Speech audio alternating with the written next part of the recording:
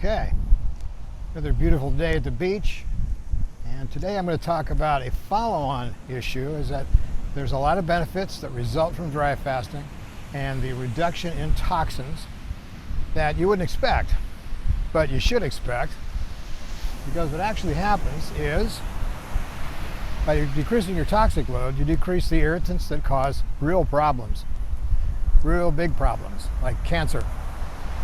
It's well known at this point that cancers are due to irritants inside the cells, to the point where the mechanisms in the cells can't take care of the things that are in there and just fail.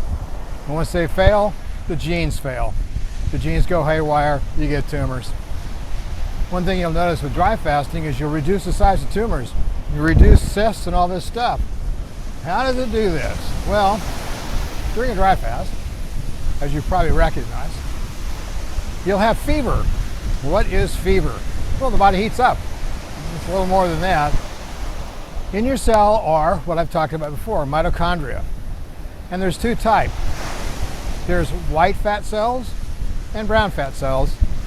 And most cells have some of the brown fat in them.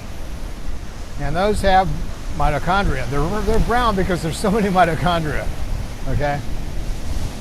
And what happens is during a dry fast, you heat up. The only way you can heat up is by the uncoupling proteins that allow mitochondria to start making heat instead of ATP. That's why babies don't shiver. They have lots of brown fat. And that's how you heat up. But once your cells start heating up, it's like turning up a furnace.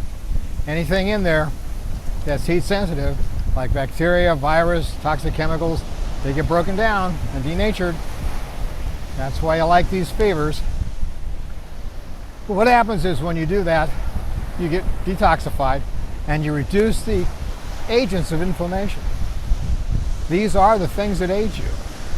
This is the stuff that's flushed out at the end of a dry fast. And this is where it's such a cool thing. Edema, tumors, cysts, this stuff will be eaten up, because during that fever period and during the period of dehydration, your body's going to look for anything to break up to keep you alive, provide energy and fuel and water, and anything that isn't healthy, that's the first to go. That's why there's this cleansing thing that happens, we'll talk about tomorrow, and other benefits like clarity of thought, neurological improvements and all that stuff.